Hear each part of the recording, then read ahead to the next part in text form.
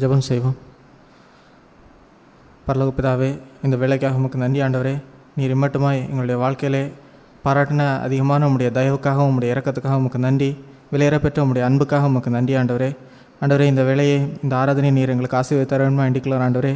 நாங்கள் பாடுகிற பாடல் ஆண்டவரே, உம்மை ஸ்தோத்தரிக்கிற ஆண்டவரே, துதி ஸ்தோத்திரங்கள் ஆண்டவரே, உம்முடைய திருவார்த்தை எல்லாவற்றிலையும் உம்முடைய பிரச்சனைகளோடு இருக்கணுமா வேண்டிக்கொள்கிறோம் ஆண்டவரே. ஆண்டவரே, உம்முடைய வார்த்தையை நாங்கள் கேட்டு ஆண்டவரே மனம் திரும்பி வாழ எங்கள் ஒவ்வொருவருக்கும் உதவி செய்யணுமா வேண்டிக்கலாம் ஆண்டவரே. நீரே தொடர்ந்து இருந்து வழிநடத்தும் மீட்பெற்றமாகிய இயேசு கிறிஸ்து வேண்டிகள் நல்ல பிதாவே, ஆமென். பாடல் எண் 69.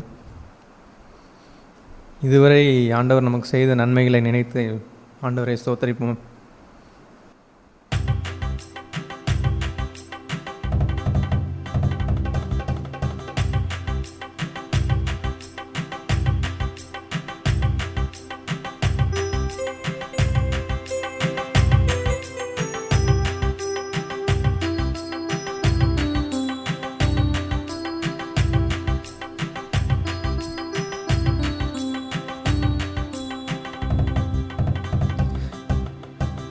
இதுவரை செய்த செயல்களுக்காக இயேசுவே உமக்கே ஸ்தோத்திரம்,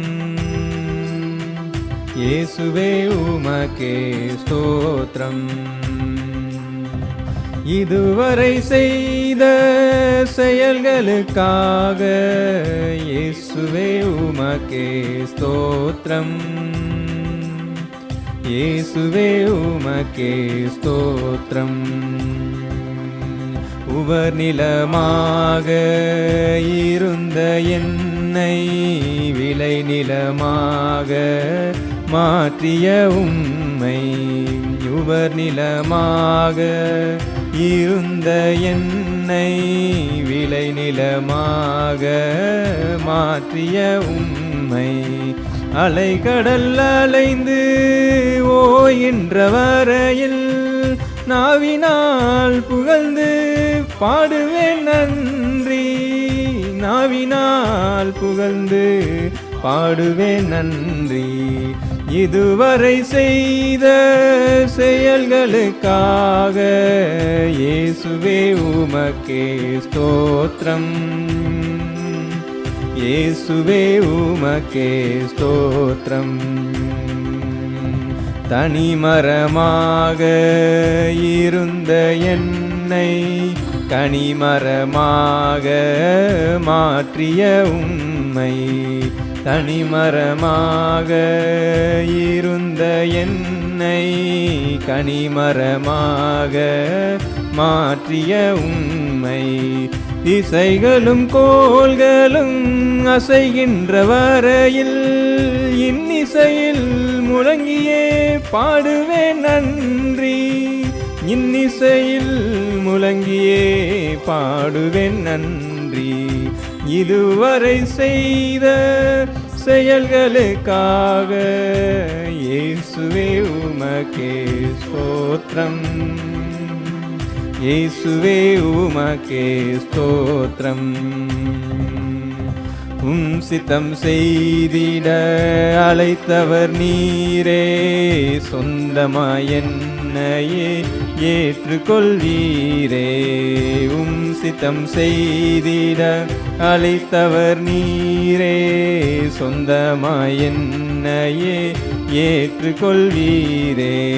சோர்விலும் தாழ்விலும் சோதனையாவிலும் தாங்கி நீர் தயவாய் பாடுவேன் நன்றி, தாங்கி நீர் தயவாய் பாடுவேன் நன்றி. இதுவரை செய்த செயல்களுக்காக இயேசுவே உமக்கே ஸ்தோத்திரம், இயேசுவே உமக்கே ஸ்தோத்திரம். இதுவரை செய்த செயல்களுக்காக இயேசுவே உமக்கே ஸ்தோத்திரம், இயேசுவே உமக்கே ஸ்தோத்திரம். எழுந்திருந்து ஆண்டவரை துதித்து அவரை ஸ்தோத்திரிக்கிறோம். அவருடைய சமூகத்திலே வந்திருக்கிறோம். நம்முடைய ஜீவியமே ஆராதனையும் ஜீவியம்தான். அது எப்படி என்றால் அப்போஸ்தலர் 17 கூறுகிறபடி நாம் அவருக்குள் பிழைத்திருக்கிறோம். அது ஏனென்றால் we are his offering, we are his offspring என்று சொன்னால் நாம் அவருடைய பிள்ளைகள், அவர் பெற்றெடுத்த பிள்ளைகள். ஆகவே வேதம் கூறுகிறது நாம் அவருக்குள் பிழைத்திருக்கிறோம், அவருக்குள் அசைகிறோம், அவருக்குள் இருக்கிறோம். அவர் நமக்கு தூரமானவர் அல்ல. அவர் என்ன வாழ்க்கை நமக்கு முன்னின்று நடத்தினாலும் அவர் செய்த அத்தனை செயல்களுக்கும் ஸ்தோத்திரம் ஸ்தோத்திரம் என்றே நாம் கூறுகிறோம். அவரை நாம் துதி செலுத்துகிறோம். இந்த உலகத்தில் மனுஷன் என்ன செயல் நடைபெற்றாலும் அவன் இறைவனுக்கு அவன் ஸ்தோத்திரம் செய்து அவன் பழக்கம் இல்லை. காரணம் என்னவென்றால் அவன் இறைவனுடைய பிள்ளை இல்லை என்பதுதான். நம்முடைய பிள்ளைகளாக இருக்கிறபடினால் அவருக்குள் பிழைத்து அவருக்குள் அசைந்து அவருக்குள் வாழ்கின்றபடினால் சகலத்திற்கும் அவருக்கு நீரே செய்தீர் ஆண்டவரே, இதுவரை செய்த செயல் அனைத்தும் நீரே செய்தீர் என்று ஸ்தோத்திரத்தை நாம் வாழ்க்கையிலே அதிகமாக பெருகும்படி செய்கிறோம். ஸ்தோத்திரம் பெருகின்றபடியே இடம் எங்கே இருக்கிறதோ அங்கே கிருபை பெறுகிறது.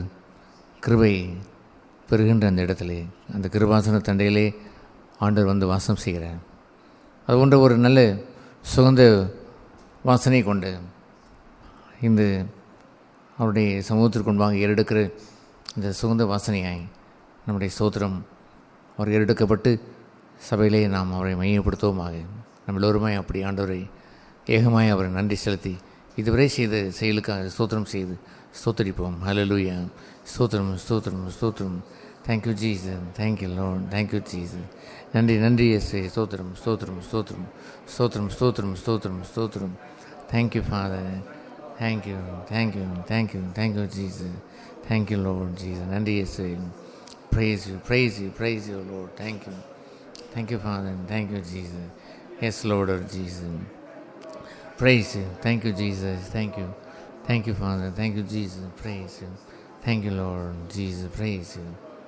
Thank you Jesus, thank you. இதுவரை செய்த செயலுக்காக நன்றி ஆண்டவரே. எண்ணற்ற கிருபைகளுக்காக உம்முடைய எண்ணற்ற செயல்களுக்காக ஸ்தோத்திரம். என் வாழ்க்கையிலே ஸ்தோத்திரம் பெருகும்படி செய்திருக்கிறேன். ஸ்தோத்திரம். நன்றி இயேசுவே. ஸ்தோத்திரம். இதுவரை செய்த செயல்களுக்காக இயேசுவே உமக்கே ஸ்தோத்திரம். இயேசுவே உமக்கே ஸ்தோத்திரம். இதுவரை செய்த செயல்களுக்காக இயேசுவே உமக்கே ஸ்தோத்திரம். இயேசுவே உமக்கே ஸ்தோத்திரம். கர்த்தர் கொடுத்தார் ஸ்தோத்திரம், கர்த்தர் எடுத்தார் ஸ்தோத்திரம்.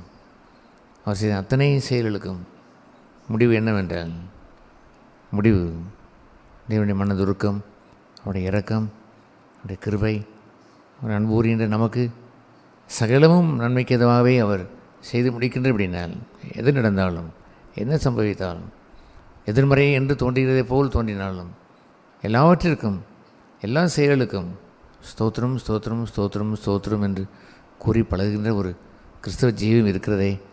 அந்த பொன்னான ஜீவியத்தை இழப்பவர்கள், தங்கள் வாழ்க்கையில் ஆராதனையை இழப்பவர்கள், பிதாவை எங்கும் தொழுதுகின்ற காலம் என்பது இதுதான்.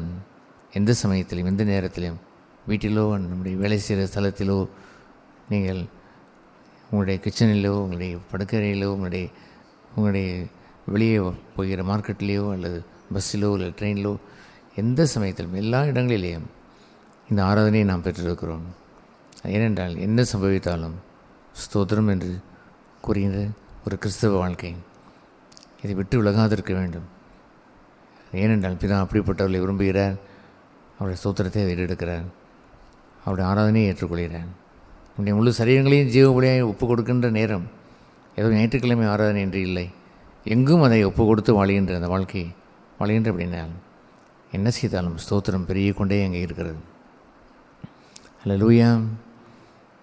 அண்டமாது கண்களின் நீரை அன்பரே உம் பாதம் ஊற்றினாலே அந்த மாது கண்களின் நீரை அன்பரே உம் பாதம் ஊற்றினாலே என் இதயமே தைல குப்பியே என்னை நொறுக்கி ஓப்படைத்தேன்.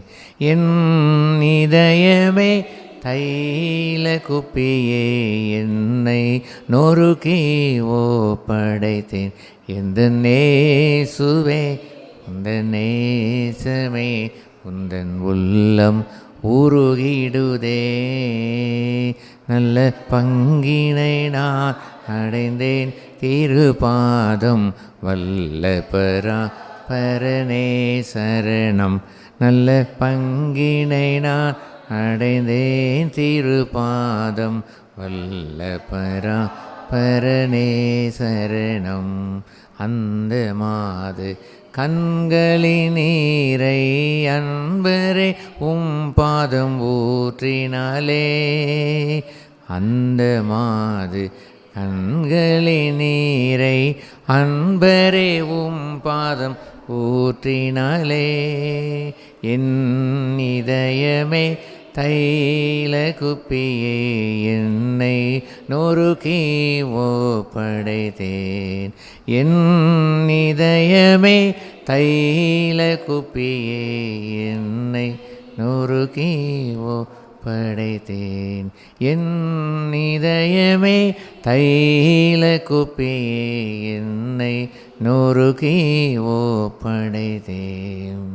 நம்முடைய கண்ணீரை கூட வாழ்க்கையிலே இந்த உலக மக்கள் வருகின்ற சோகங்கள் துயரங்கள் என்று வரும்பொழுது அவள் கண்ணீரை வீணாய் சிந்துகிறார்கள். மனுஷருக்கு முன்பாக சிந்துகிறார்கள். சுய பட்சதாபத்திற்கென்று தாங்களே கண்ணீர் வெடித்துக் கொள்வார்கள். மனுஷருடைய ஆறுதலை தேடி யாராவது என் கண்ணீரை காண வேண்டும் என்று விரும்புவார்கள். ஆனால் நாமோ கர்த்தரை ஆராதிக்க பழகின நாம் அந்த மாது செய்ததைப் போலவே நம்முடைய கண்களின் நீரை கொண்டு வந்து அவருடைய பாதத்திலே வந்து கொட்டுகிறோமே. நம்முடைய கண்ணீரை அவருக்கு முன்பாகவே நாம் சிந்திகிற இந்த வாழ்க்கையை வாழ்கிறோமே. அதை நம்முடைய இருதயத்தையே உடைத்து அவருடைய பாதத்தை பூசிய தைலத்தை போல் மாறுகிறது. நம்ம இருதயத்திலே சேர்த்து வைத்திருக்கிற அந்த தைலம் துன்ப நேரத்திலே எந்த துன்பத்திலேயும் நாம் அந்த அந்த புட்டியிலே சேர்த்து வைக்கிற அந்த கண்ணீரை போல் தைலமாய் மாறி அவரை நனைய செய்து அவரை மகிழ செய்கிறது. இவள் அன்பு கூர்ந்தாள் என்று சொன்னது தான் ஆராதனை. இவள் எந்த நிலையிலேயும் அவள் என்னை அன்பு கூர்ந்து என்னை பூஜிக்கிறாள். அவளுடைய கண்ணீர் நறுமணமாக இருந்தது அல்லாமல் அதை சோகமுள்ளதாய் வைத்திருக்கவில்லை. இது போன்ற ஒரு ஆச்சரியமான ஒரு வாழ்க்கை தான் ஆராதனையின் ஜீவியம். நம்முடைய கண்ணீரை உருவ நடந்து அதை அருநீரூற்றாக்கி கொள்கின்ற இவர்கள் கர்த்தரிலே பலனடைந்தவர்கள் என்று அந்த 84ஆம் சங்கீதம் கூறுகிறதே. அல்லேலூயா. அதுபோன்று அர்ப்பணம் நிறைந்து சமர்ப்பிக்கின்ற இந்த வாழ்க்கை, எப்போதும் ஆராதிக்கின்ற இந்த வாழ்க்கையை பெற்றிருக்கிற மக்களை அவன் தெரிந்து கொண்டாரே. அல்லேலூயா. என் இதயமே தைல குப்பியே என்னை நொறுக்கி ஓப்படைத்தேன். என் இதயமே தைல குப்பியே என்னை நொறுக்கி ஓப்படைத்தேன். எந்தன் இயேசுவே எந்தன் நேசமே எந்தன் உள்ளம் உருகிடுதே. நல்ல பங்கினை நான் அடைந்தேன் திருபாதம் வல்ல பரனே சரணம். நல்ல பங்கினை நான் அடைந்தேன் திருபாதம் வல்ல பரனே சரணம். வானமது சிங்காசனம், பூமி அவருடைய பாதபடி. சபை என்று சொல்வது அவர் நம்மத்திலே வாசம் செய்கிறார். அவருடைய பாதம் நம்மத்தில் இருக்கிறது. அவருடைய பாதத்தை பூஜிக்கிறவில்லை. நம்முடைய முழுமையும் அவருடைய பாதத்திலே கொண்டு வந்து சமர்ப்பித்தவில்லை. அவர் நன்றி கூறி அவரை ஆராதித்து நாம் ஜெபிக்க கடவோம். கண்களை திறந்திடும் இயேசுவை காணணும், அவரண்டை நேருங்கி எம்மன்பை ஊற்றணும். செவிகளை திறந்திடும் அவர் வார்த்தை கேட்கணும். கண்களை திறந்திடும் இயேசுவை காணணும். கண்களை திறந்திடும் இயேசுவை காணணும். பிதாவே, நம்முடைய சமூகத்துக்கு நாங்கள் வரும்பொழுதெல்லாம் எங்களுடைய கண்களை நீ திறந்து உண்மை நாங்கள் காணவும், உம்முடைய ஜீவனிலிருந்து நாங்கள் ஜீவன் அடையவும், உம்முடைய வெளிச்சத்திலிருந்து நாங்கள் வெளிச்சத்தை பெறவும், நீ காட்டுகிற பாதையிலிருந்து நாங்கள் பாதையை கற்றுக்கொண்டு நடக்கவும் எங்களை அர்ப்பணிக்கிறோம். எங்களை செவிகளை திறந்திடும். உடைய வார்த்தையை கேட்க, தீவிரமாய் கேட்க யாவருக்கும் கிருபை செய்தல்லும். உடைய வார்த்தையினாலே எங்கள் ஆவிலே நான் பலன் கொண்டு ஊன்று கட்டப்பட, உங்களுடைய சரீரமான சபையாய் கட்டப்பட கிருபை செய்கிறாங்க. அன்புள்ள குடும்பமாய் நிலைத்திருக்கிற குடும்பமாய், தாழ்மையுள்ள பரிசுத்தமுள்ள குடும்பமாய் நிலைத்திருக்க கிருபை செய்கிறாங்க. இயேசு நாமத்தில் ஜெபிக்கிறோம் பரலோக பிதாவே, ஆமென். ஆமென். நாம் தயவுசெய்து உட்காருவோம். நாம் கர்த்தருடைய மேஜைக்கு நேராக கடந்து வந்திருக்கிறோம். 1 கொரிந்தியர் 11ஆம் அதிகாரம் 23 அந்த 24ஆம் வசனம் பல்வேறு ரூபத்திலே அது ஆழம் நிறைந்தது. அது ஏனென்றால் எல்லா வேத வாக்கியங்களுமே அன்ஃபேதமபிள், அதை அளக்க முடியாததான். அல்ல அது குறைவாக இருப்பதில்லை. எந்த புத்தகத்திற்கும் முடிவு உண்டு, ஆனால் வேத புத்தகத்திற்கோ தெர் இஸ் நோ எண்டு, அது முடிவே இல்லை. அது ஏனென்றால் it goes and goes and goes on, அதை அல்ல குறைவிடுவதே இல்லை. ஆகவே தான் அது எப்பொழுதுமே அது ஜீவ புத்தகமாய் ஜீவன் தருவதாய் நிலைத்திருக்கிறது. அந்த 23ஆம் வசனம் 1 கொரிந்தியர் 11:23, நான் கர்த்தரிடத்தில் பெற்றுக்கொண்டதை உங்களிடத்தில் ஒப்புவிக்கிறேன் என்று சொல்கிற அந்த பகுதியானது, கர்த்தராகிய இயேசு தாம் காட்டி கொடுக்கப்பட்ட அன்று ராத்திரியிலே அப்பத்தை எடுத்து ஸ்தோத்திரம் பண்ணி அதை விட்டு, நீங்கள் வாங்கி புசிங்கள் என்ற, இது உங்களுக்காக பிற்கப்படுகிற என் சரீரம் என்று அவர் கூறினார். இது ஒரு யுத்தத்திற்குரிய பகுதியை போல் சம்திங் ஹேப்பன்ஸ், ஒரு நிகழ்ச்சி நடைபெறுகிறது.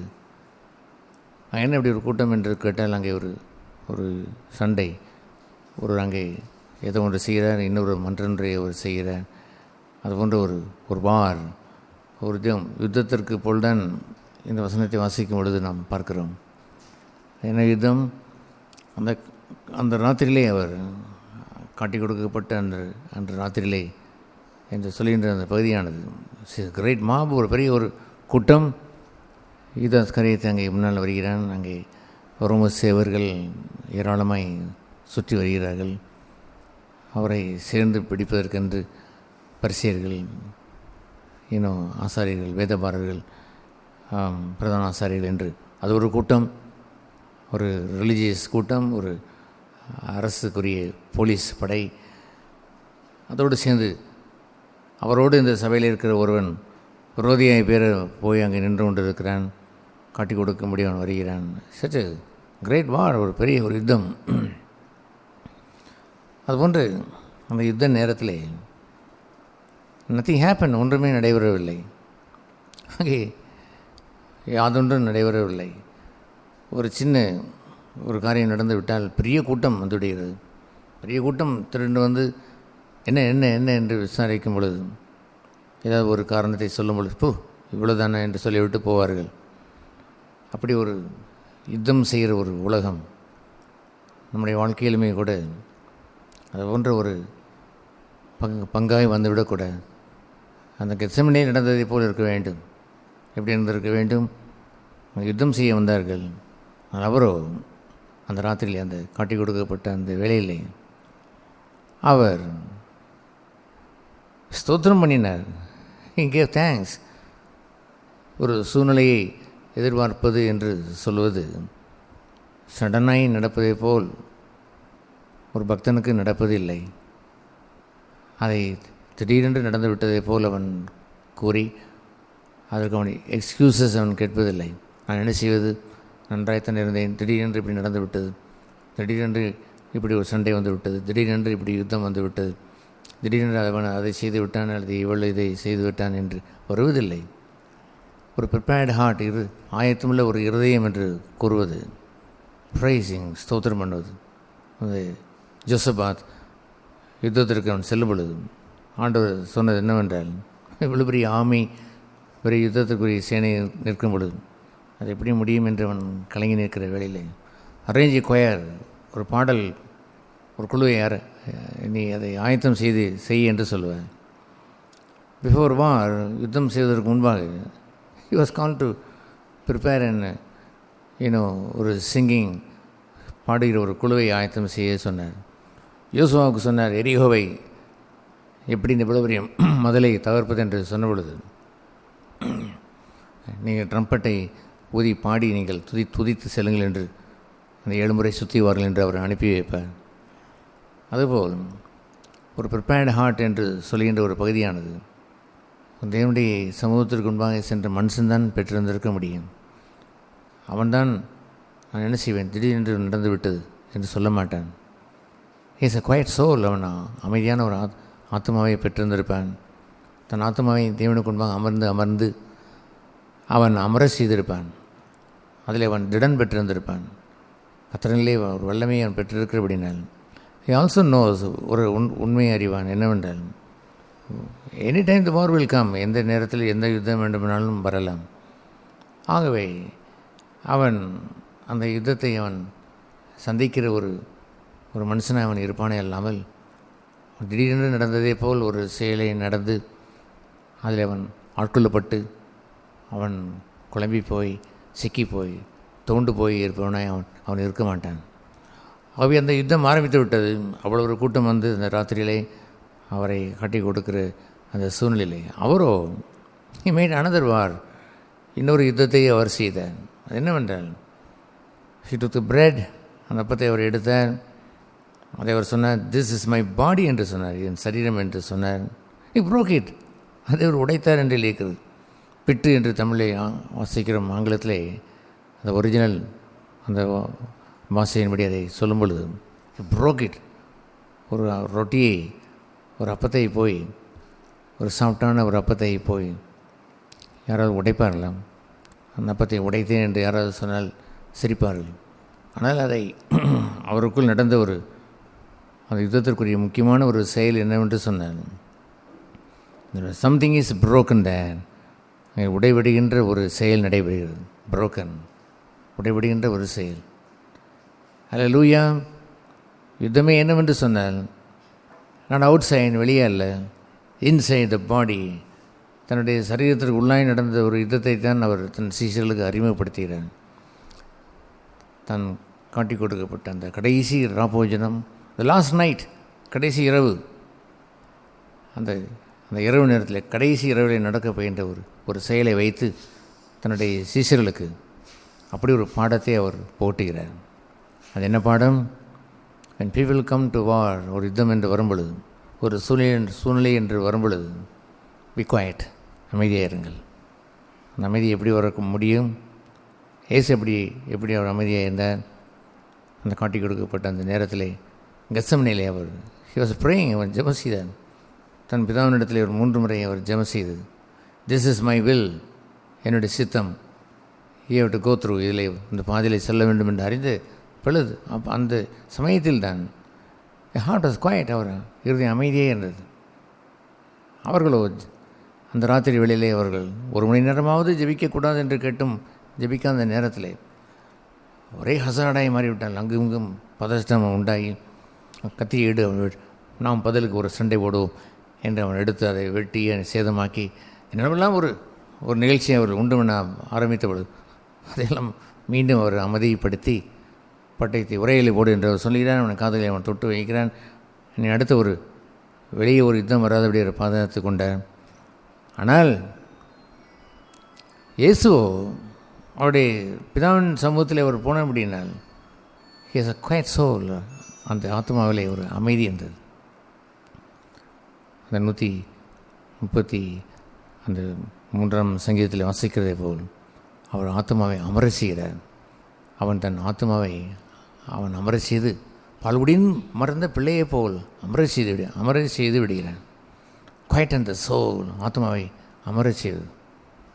பெரிய ஒரு யுத்தம் வெளியே புயலும் காற்றும் வீசி கொண்டிருந்த பொழுது இயேசு படகின் அடித்தட்டிலே அவர் இளைப்பாரி கொண்டிருந்தார். இது படகு அங்குமிங்கும் ஆடுகிறது, தண்ணீரெல்லாம் உள்ளே வந்து கொண்டிருக்கிறது, அவர் அங்கே இளைப்பாரி கொண்டிருக்கிறார். அதுதான் கிறிஸ்தவ வாழ்க்கையினுடைய சீக்ரெட், ரகசியம். வெளியே ஒரு பெரும் காற்றும் புயலும் வீசி கொண்டிருந்தாலும் இன்சைட் ஜீசஸ், இயேசு அந்த படகினை அந்த உள் பிரகாரத்திலே, த இன்னர் பிளேஸ், அந்த உள்ளே அடித்தட்டிலே, அந்த ஆழத்திலே, அந்த இருதயத்திலே ஷி வாஸ் குவைட், அமைதியாக இருந்தார். சும்மா ஒன்றும் அது வருவதில்லை சகோதரில்லை.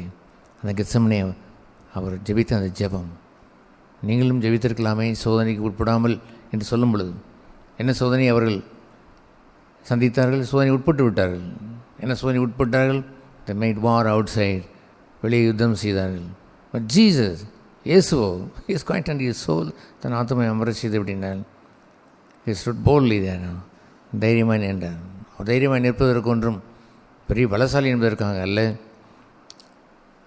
அவர் அல்லது ஒரு பெரிய பணக்காரர் என்பதற்காக அல்ல, தன்னை சுற்றிலும் பெரிய ஒரு கூட்டத்தை வைத்திருக்கிறார் என்பதற்காக அல்ல. பெரிய கூட்டம் அங்கே வந்திருக்கிறது. அவர் தைரியமாக நின்றதெல்லாம் இஸ் சோல் வாஸ் குவைட், அவர் ஆத்மாவிலே அமைதியாக இருந்தார். அதுதான் அந்த பலன். யாரை தேடுகிறீர்கள் என்று தெளிவாய் ஒரு வார்த்தையை கேட்டாரே பாருங்கள். அதுபோன்ற சூழ்நிலையிலே ஒரு மனுஷனும் கேட்காத ஒரு கேள்வி. எந்த மனுஷனை, எத்தனையோ மனுஷனை பிடிக்க போயிருக்கிறார்கள் இவர்கள். அந்த நாட்களில் நிறைய யூதர்களை அரெஸ்ட் பண்ணுவதற்கு ரெவல்யூஷன் பண்ணுகிறார்கள், இவர்கள் புரட்சி பண்ணுகிறார்கள் என்று அனைவரை பிடிக்க போகும்போது ஓடத்தான் செய்வார்கள். ஆனால் இவரோ குவைட், ஆத்மாவில் அமைதியுள்ளவராக இருந்தது. யாரை தேடி என்று ஒரு கேள்வி கேட்டாரே, என்று கேட்டாரே. அந்த வீரர்கள் பொத்தென்று கீழே விழுந்தார்கள். அந்த ராம் முழுவதும் அவர் ஜெபித்து தன் ஆத்மாவை அமர செய்தனுடைய பலனை பார்த்தீர்களா?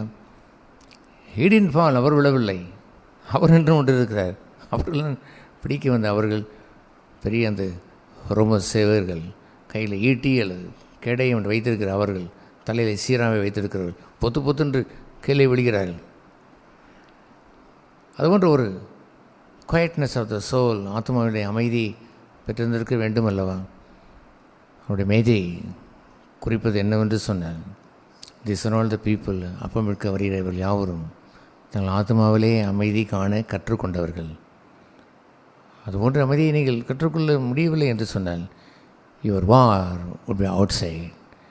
உங்களுடைய யுத்தம் வெளியில் தான் சம்பவிக்கும். பட்டயத்தை உருவீர்கள், அவனை என்ன செய்யலாம், இவனை என்ன செய்யலாம், எப்படி அவனை முடக்கலாம், எப்படி அவனை காலி பண்ணலாம், என்ன கலகம் செய்யலாம், என்ன கேஸ் போடலாம், lot of things will happen. பெரிய பெரிய காரியங்களை அவர் வெளியே யுத்தம் செய்ய தொடங்குவார்கள். த குவைட் சோல், அமைதியான அந்த ஆத்மாவிற்கு தேவனுடைய யுத்தம் என்னவென்று தெரியும். தேவனுடைய யுத்தம் என்னவென்றால், war is not outside, யுத்தம் வெளியே இல்லை, இட்ஸ் இட் பி இன்சைன், உள்ளே இருந்திருக்க வேண்டும். ஹி டுக் த பிரெட், அந்த அப்பத்தை எடுத்தார், ஹி கிவ் தேங்க்ஸ், அவர் ஸ்தோத்திரம் செய்தார், அந்த சூழ்நிலைக்காக ஸ்தோத்திரம் செய்கிறார். சும்மா நீங்கள் வீட்டிலே சாப்பிடுவதற்கு எடுத்த அப்பத்தை ஸ்தோத்திரம் செய்வது என்பது வேறு, 5000 பேருக்கு அப்பத்தை எடுக்கும் பொழுது ஸ்தோத்திரம் செய்வது என்பது வேறு. காட்டி கொடுக்கப்பட்ட அந்த ராத்திரிலே ஹி டுக் த பாடி, தன் சரீரத்தை அப்பத்தை போல் அவர் எடுத்தார். ஹி கிவ் தேங்க்ஸ், ஸ்தோத்திரம் செய்தார்.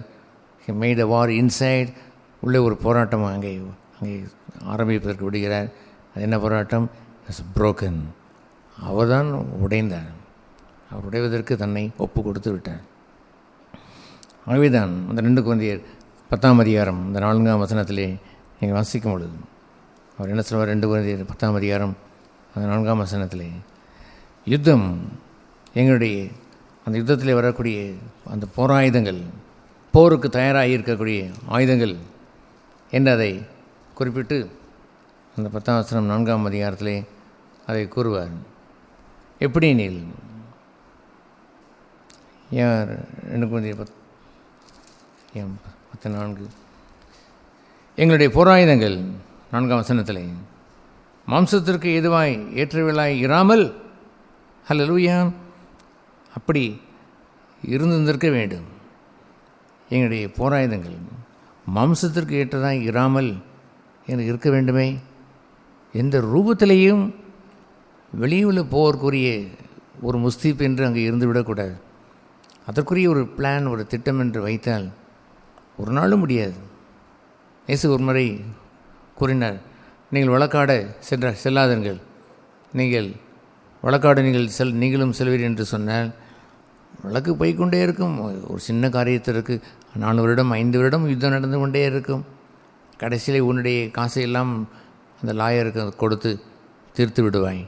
முற்றிலும் இருக்கிற ஒரு பைசா கூட கடைசி பைசா வரைக்கும் நீ இழந்து தான் போவாய். அல்லாமல் வழக்கில் ஒன்றும் யார் ஜெயித்தால் தோற்கிறான் என்பது அடுத்த விஷயம். ஆனால் நீ தோற்று போவாய், சகலத்தையும் இழப்பாய் என்று சொல்வார். அதுபோல் மாம்சத்துக்கு ஏற்ற போர் என்று சொல்வது அது அந்த நேரத்தில் முடிவதல்ல. இட் கோஸ் ஆன் போய்கொண்டே இருக்கும். பகை என்று சொல்வதற்கு முடிவே இருப்பதில்லை. பகையை ஒரு மனுஷன் வைத்து விட்டான் என்றால் அது போய்கொண்டே இருக்கும். பகைக்கு எண்ட்லெஸ், முடிவே இருப்பதில்லை. உங்கள் தெருவிலே பார்த்திருப்பீர்கள், உங்களுடைய உறவினர் மத்தியிலே பார்த்திருப்பீர்கள், நீங்களே பார்த்திருப்பீர்கள், உங்கள் சகோதர சகோதரிகள் மத்தியிலே கூட பார்த்திருப்பீர்கள். யாராவது ஒருவருடைய பகை என்று வைத்தால் all the times keep it, வைத்து கொண்டே இருப்பார்கள். அந்த பகைக்கு முடிவே இருப்பதில்லை. பார்க்கும் பொழுதெல்லாம் பகைத்து கொண்டு தான் பார்ப்பார்கள். எப்பொழுது பார்த்தாலும் அவருடைய பகையை தொடர்கதையாக வைத்து கொண்டே இருப்பார்கள். அதுபோன்று பகை என்று சொல்வதும் விரோதம் என்று சொல்வதும் என்னவென்று சொல்கிறார், அந்த போராயுதங்கள் மாம்சத்துக்கு ஏற்றபடி வைத்து கொண்டு வாழ்கிறார்கள். சீரழிந்த துயரம் கொண்ட காலமெல்லாம் துயரம் கொண்டு பகையை தூக்கி சுமந்து கொண்டு வாழ்கின்ற ஒரு வாழ்க்கை. என்னவென்று பவுல் சொன்னார், எங்கள் போராயுதங்கள், இந்த ஆயுதங்கள் மாம்சத்திற்கு ஏற்றபடி இராமல்.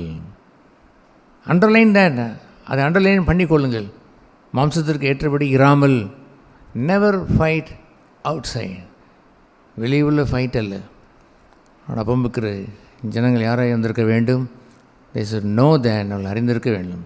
இந்த உலகம் முழுவதும் வாழ்கின்ற வாழ்க்கை என்பது வேறு, இந்த அப்பத்தில் பங்கு பெற்றிருக்கிற நான் வாழ்கின்ற வாழ்க்கை என்பது வேறு.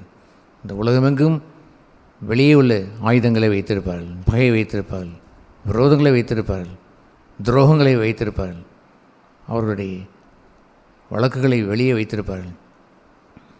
நமக்கோ மாம்சத்திற்கு ஏற்றபடி இராமல் என்று முற்றுப்புள்ளியை வைத்திருந்திருக்க வேண்டும். ஹல்லேலூயா. அதற்கு பதிலாய் அப்படி இராதபடினால் அங்கே என்ன அவர் சொல்ல வருகிறார்? போராயுதங்கள் மாம்சத்திற்கு ஏற்றவைகளாக இராதபடினால் நாங்களோ அரண்களை நிர்மூலமாக்குவதற்குரிய தெய்வ பலத்தை பெற்றிருக்கிறோம், தேவ பலனை பெற்றிருக்கிறோம். ஹல்லேலூயா. மனுஷன் தன் முஷ்டியை அவன் காண்பித்து என் பலன் என்று சொல்கிறான், சண்டை போடுகிறான், வழக்காடுகிறான். அவனுக்கு தான் காசு இருக்கிறதோ, எனக்கும் காசு இருக்கிறது, வரட்டும், கோர்ட்டுக்கு வரட்டும். அவனுக்கு தான் வக்கீலோ, எனக்கும் வக்கீல் வைத்திருக்கிறேன். என்ன, உனக்குத்தான் வாய் இருக்கிறதோ, எனக்கும் வாய் இருக்கிறது என்று சொல்கின்ற முஸ்டி அவன் காட்டுகிறான். இங்கேயோ ஜீசஸ் இயேசு சார்ந்து கொண்டதெல்லாம் தேவ பலனை சார்ந்து கொண்டார். ஆகவே தான் அங்கே எழுதியிருக்கிற அற்புதமான இந்த வார்த்தை என்னவென்று சொன்னால், அந்த 2 கொரிந்தியர் 10ஆம் அதிகாரத்தில் வாசிக்கிற அந்த வார்த்தை தேவ பலனாய் தேவ பலம் உள்ளதாக இருக்கிறது. 5ஆம் வசனம் என்ன சொல்கிறது?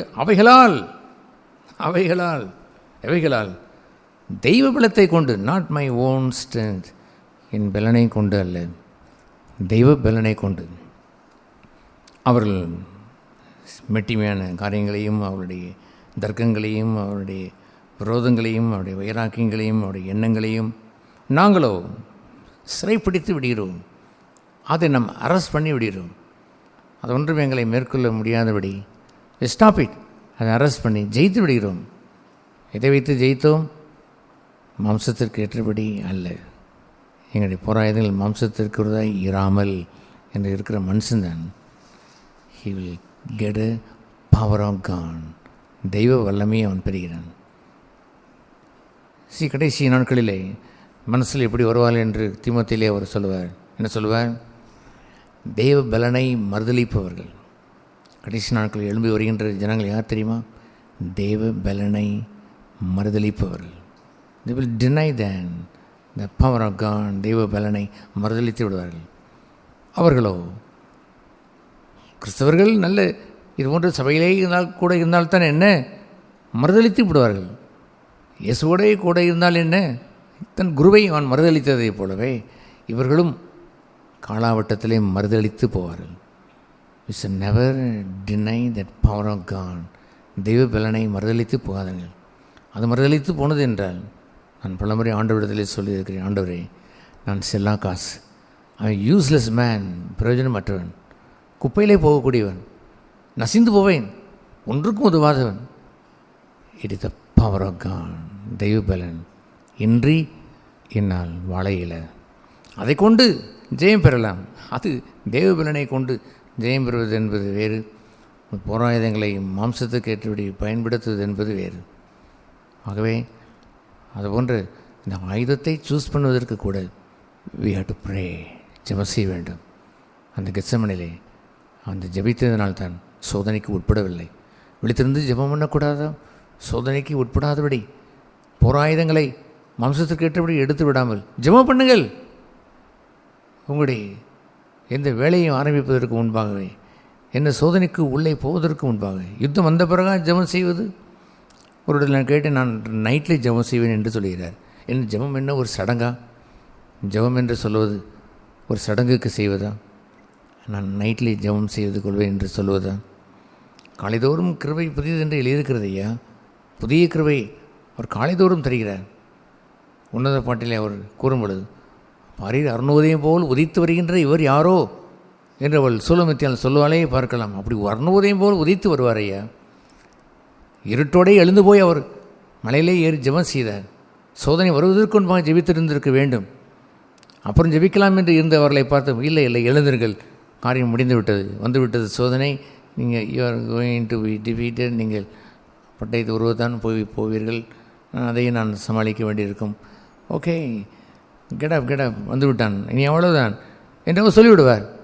சோதனையை நீங்கள் சந்தித்த பிறகு, தோல்வியடைந்த பிறகு, சண்டை போட்ட பிறகு, நீங்கள் நாசமடைந்த பிறகு, உங்களுடைய தேவ பலனை பெறாது நீங்கள் துன்மார்க்கத்திற்குள் பிரவேசித்த பிறகு, அப்புறம் இரவு போய் ஜெபம் பண்ண போயிடுறீர்களோ, அந்த ஜெபத்தில் என்ன இருக்கும்? தோண்டு போய் உட்கார்ந்திருப்பீர்கள்.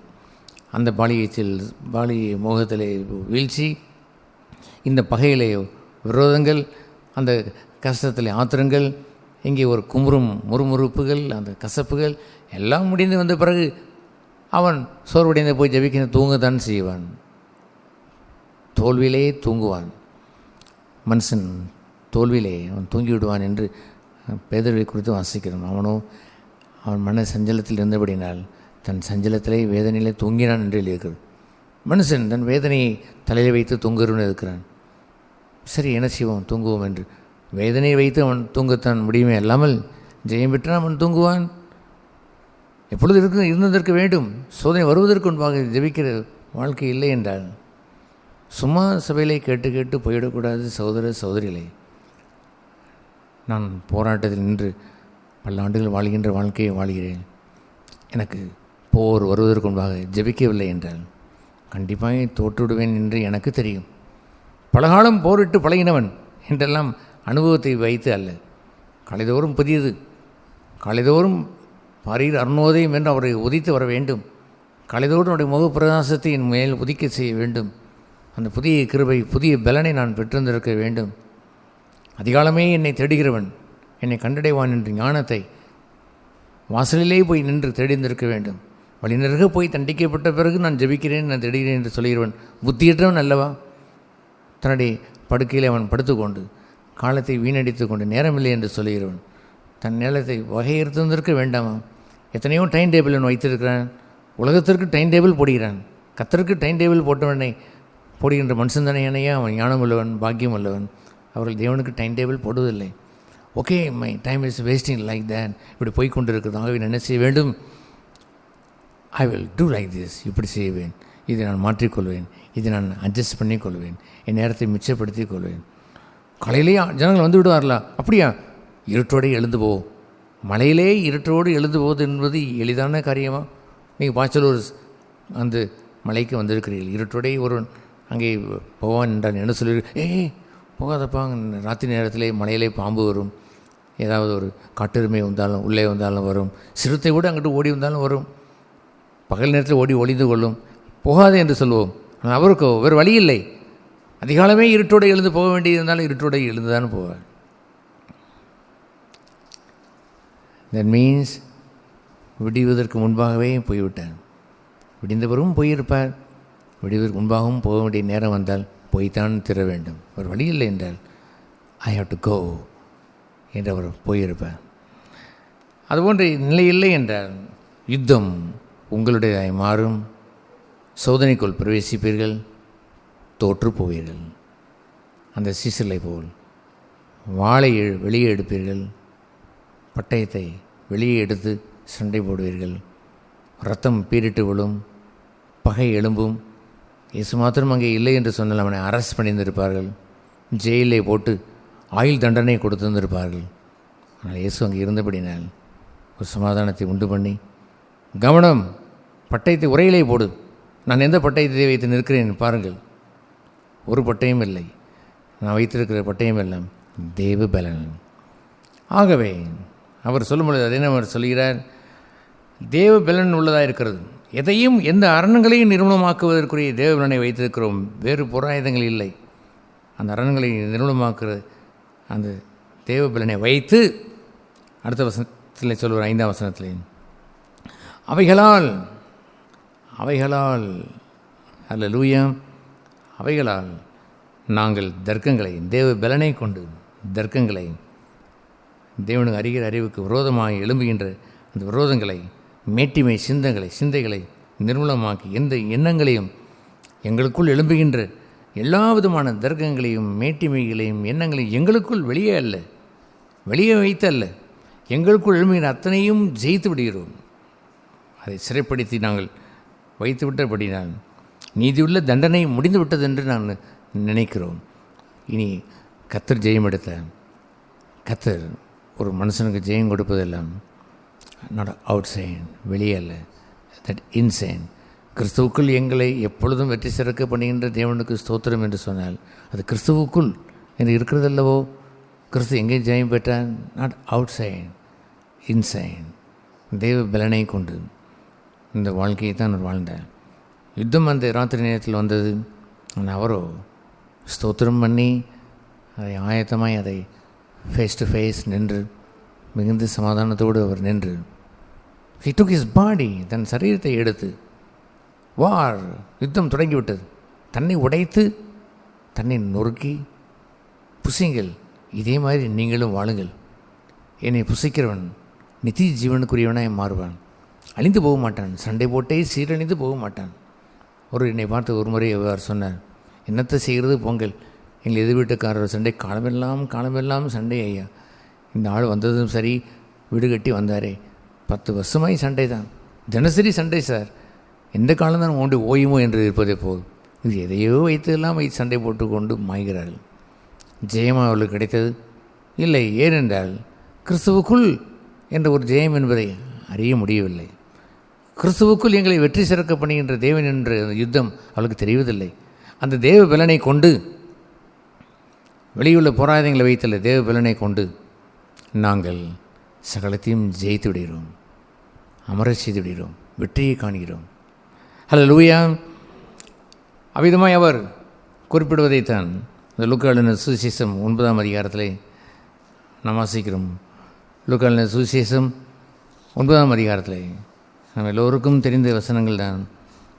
அந்த வசனத்தின்படி அவர் கூறும்பொழுது, ஒருவன் என்னை பின்பற்ற வேண்டுமென்று வருகிற ஒருவன், எல்லோரையும் பார்த்து அவர் கூறினார், தன்னை பின்பற்ற வந்த அனைவரையும் பார்த்து கூறினார், பாகுபாடு இல்லாமல் எல்லோரையும் பார்த்து கூறினார். உங்களை எல்லோரையும் பார்த்தான் கூறுகிறார்.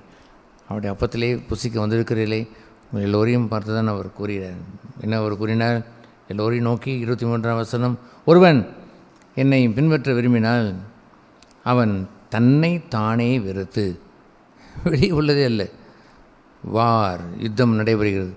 தன்னை தானே வெறுத்து, ஹிஸ் கிராஸ், தன் சிலுவையை எடுத்துக்கொண்டு, ஊரானுடைய சிலுவை அல்ல, யாரோ கொடுத்த சிலுவை என்றெல்லாம் இல்லை, உங்களுக்குள் இருக்கிற உங்கள் சிலுவையை அதை அவன் எடுத்துக்கொண்டு டெய்லி, அனுதினமும் என்னை பின்பற்ற கடவன்.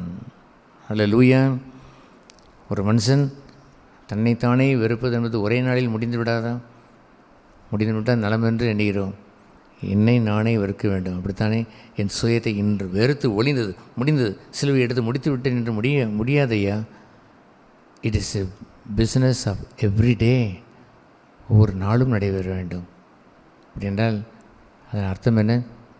ஒவ்வொரு நாளும் புதுசாக சுயம் உள்ளே இருக்கும் என்பது, கொடுக்கப்படும் என்பது அல்ல. சுயம் கொழுத்து போயிருக்கிறது. அவன் இறைவன் உங்களுக்கு விரும்புவது என்னவென்றால், கவனமாக இருந்து டெய்லி ஒவ்வொரு நாளும் கொஞ்சம் கொஞ்சம் சுயத்தை நீங்கள் அப்படியே நீங்கள் கரைத்து கொண்டே போங்கள். தினசரி என்னை பின்பற்றி வந்து நாளுக்கு நாள் அனுதினமும் எடுத்து உங்கள் சுயம் கொல்லப்பட வேண்டும். சுயத்தை காலி பண்ணி விடுங்கள். சுயத்தை வைத்து வாழாதீர்கள். உங்களிடத்தில் நான் மீதி உள்ள சுயத்தை நான் கணக்கு கேட்பதே இல்லை. அன்றொன்றில் பாடல் அன்றன்றைக்கு போதும். நாளை குறித்து கவலைப்படாதீர்கள். மீதி இருக்கிறதை பற்றி நான் கேட்கவில்லை. That's okay. இப்பொழுது உங்களுக்கு சுயம் எழுந்தது அல்லவோ? இன்று ஒரு யுத்தம் நடந்தது அல்லவோ? காட்டி கொடுக்கப்பட்ட அன்று ராத்திரியிலே, அந்த ராத்திரியில் நடந்த அந்த நேரம் இருக்கிறது அல்லவோ? அவ்வளவு இருந்தால் போதும். அந்த நேரத்திலே, அந்த ராத்திரியிலே, அந்த காட்டி கொடுக்கப்பட்ட அந்த நிகழ்ச்சியிலே, தட்ஸ் இனஃப்.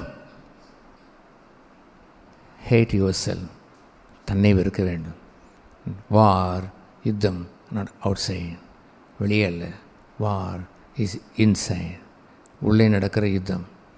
அவர் அந்த வேளையிலே தன் சரீரத்தை எடுத்து தானே பிட்டு என்பதுதான் சிலுவை எடுக்கிற ஜீவியம் ஐயா. வெளியே அல்ல யுத்தம். இதை கிறிஸ்தவன் வாழ்ந்து காட்ட வேண்டாமா? சபையிலே நாம் பிரசங்கிக்கவில்லையா? நாம் பொதிக்கவில்லையா? பொதித்து அவர்கள் வெளியே தானே யுத்தம் செய்து கொண்டே இருக்கிறார்கள். வெளியே தானே சண்டை, வெளியே தானே போராட்டம், வெளியே தானே அங்கே கூக்குரல். அவருடைய யுத்தத்திற்கு முடிவே இல்லையே. எப்பொழுது முடியும்? ஒரு நாளும் முடியாது. அவன் வழக்கு தீர்வதற்கு கையில் இருக்க காசெல்லாம் போன பிறகு தான் அவன் விடுவான். எத்தனை வருடம் ஆகிறதோ ஒரு கேஸுக்கு. அப்படி என்றால் இன்னும் அடுத்த கேஸுக்கு இன்னும் எவ்வளோ காலம் மாறுமோ தெரிவதில்லை. தன்னை தானே வெறுத்து தன் சிலுவை எடுத்துக்கொண்டு, சிலுவை ஏன் இயேசு எடுத்தார்? கொல்கத்தா மேட்டிலே, அதிலே அவரை அறைவதற்கு, கொள்ளுவதற்கு, தன்னை கொள்ளுவதற்குத்தான் சிலுவை அல்லாமல் அந்த சிலுவை எடுத்துக்கொண்டு போய் நீ அதிலே படு என்று அவனை சிலுவை அறைவதற்கு அல்ல. நீ உன் சிலுவை எடுத்துக்கொள் என்று நான் உங்களுக்கு பிரசங்கிப்பதல்ல. கிறிஸ்தவ உலகத்திலே நூதனமான காரியங்கள் எல்லாம் இந்த நாட்களில் நான் பார்த்துருக்கிறேன். என்னவென்றால் அதை மற்றவர்களுக்கு பிரயோகிப்பது. நீங்கள் சிலுவை எடுத்தீர்களா என்று கேட்டுக்கொண்டே இருப்பது தான் வாழ்க்கையா? பிறரை சிலுவை எடுத்து வாருங்கள் என்று இயேசுவும் சொன்னதான் செய்தார். ஆனால் அவரோ முன்மாதிரியாக தன்னை தானே வெறுத்து கட்டி கொடுக்கப்பட்ட அன்று ராத்திரியிலே தன்னுடைய சரீரத்தை எடுத்து தானே பிட்டார் அல்லவோ? தானே பிட்டு அதை வாங்கி புசிங்கள் என்று சொன்னார் அல்லவோ? செய்து இன்னொருக்கும் உதவி செய்யலாமா? எஸ். உங்களுடைய கண்ணில் இருக்கக்கூடிய உத்தரத்தை அகற்றிவிட்டு பிறருடைய துருமை திருடலாமோ? எஸ், திருடுங்கள், துருமை எடுங்கள் என்று சொல்லத்தான் செய்தார். எவ்வளோதான் எடுக்க நான் உதவி செய்ய முடியும்? அன்றன்று உள்ள பிரச்சனையை தான் சொல்ல முடியும். எல்லாமல் துரும்பை கண்டது நிமித்தம் மொத்தத்திற்கு அவனை கொலை செய்வதல்ல. அன்று அவனுக்கு செய்ய வேண்டிய உதவியை நீங்கள் செய்யக்கூடும். ஆனால் உங்களுடைய உத்தரத்தையும் எடுக்காமல் பிறருக்கு எப்படி நீங்கள் உதவியை நீங்கள் செய்ய முடியும்? ஆகவே திஸ் இஸ் எ டெய்லி வார். ஒவ்வொரு நாளும் நடைபெறுகின்ற யுத்தம். ஆண்டவர் மீதி உள்ள பகுதியை கேட்கவே மாட்டார். மீதி இருக்கக்கூடிய சுயத்தை கேட்கவே மாட்டார். அதற்கு இன்னொரு சோதனை வரும், அடுத்த நாள் வரும். தினசரி ஒரு சோதனை வந்து கொண்டே இருக்கும். சுயம் இருக்கும் வரைக்கும் அதற்கு ஏற்ற சோதனையை அனுப்புவார். திராணிக்கு மிஞ்சி என்னை சோதிக்காமல் என்று சொல்வதனுடைய பொருள் என்னவென்றால், அதன் அர்த்தம் என்னவென்றால், இன்றைக்குரிய சோதனைக்கு தான் சோதிப்பார் அல்லாமல் 10 நாள் சோதனையை ஒரே நாளில் சோதித்து விட மாட்டார். சில சொல்வதை கேட்டிருக்கிறீர்களா? அட்டேங்கப்பா, இப்படி சோதனை மலைமலையாகி வந்து எனக்கு இறங்கிவிட்டது என்று சொல்வார்கள். அப்படியே ஆண்டவர் சொன்னார், உங்கள் திராணிக்கு மிஞ்சி சோதிக்க மாட்டேன். உங்களுடைய திராணி எவ்வளவு? எவ்ரி சிங்கிள் டே, அன்றன்றுள்ள நாளுக்குரிய திராணி. எல்லோருக்கும் அப்படித்தான். நீங்கள் என்ன சொல்லிவிடக்கூடாது என்று சொன்னால், எனக்கு திராணி கூட, ஆகையினால் என்னுடைய திராணிக்கு அதிகமாக கொடுத்திருக்கிறார் என்று சொல்லாதீர்கள். அது அகந்தை. நான் ஒரு முறை அப்படி நான் சொல்லி என் அகந்தை ஆண்டவர் சொன்னார், அப்படியானால் பெரிய நீ திராணி உடையவனோ, நிறைய எனக்கு திராணியை கொடுத்துருக்கிறார், நீ திராணியை நம்பி எனக்கு கொடுத்துருக்கிறார் என்று சொல்லுவதெல்லாம் அகந்தையப்பா. இன்றைக்குரிய சோதனை அவ்வளோதான். ஏன் அப்படிலாம் உன்னை குறித்து ஒரு பெருமை கொண்டு என்ன வைத்திருக்கிறேன், எனக்கு ரொம்ப திராணி இருக்கிறது, அதனால தான் ஆண்டவர் இப்படிப்பட்ட சோதனை என்று நீ சொல்கிறாயே. கேட்பவன் என்ன நினைப்பான், ஓஹோ அப்படிலாம் நிறைய சோதனை கூட யாராவது கொடுப்பார் அவ்வளோ இருக்கிறது, அவர் ரொம்ப ஃபேவரட்டாக மாறிட்டால் நிறைய சோதனை கொடுப்பாரோ என்று எண்ணிக்கொள்கிறார்கள்.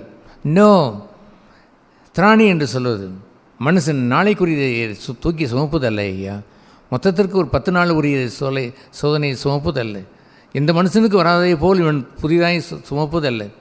திராணி என்பது அன்றன்றுள்ள பாடுகள் அன்றன்றைக்கு போடுமென்ற திராணி தான். அதை மிஞ்சி ஒரு நாளும் செய்ய மாட்டார்.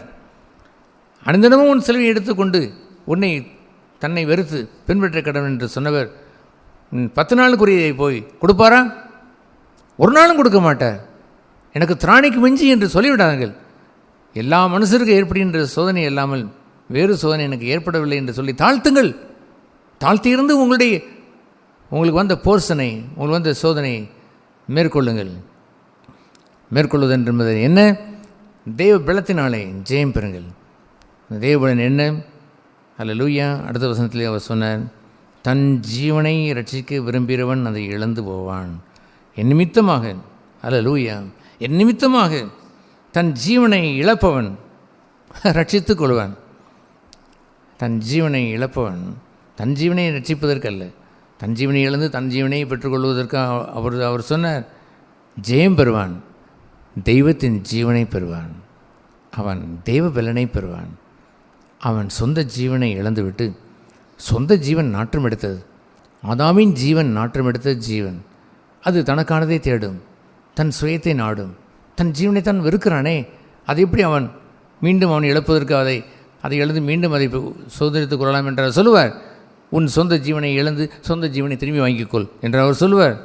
லெட் இட் டை, சாகட்டும், I will give you another life.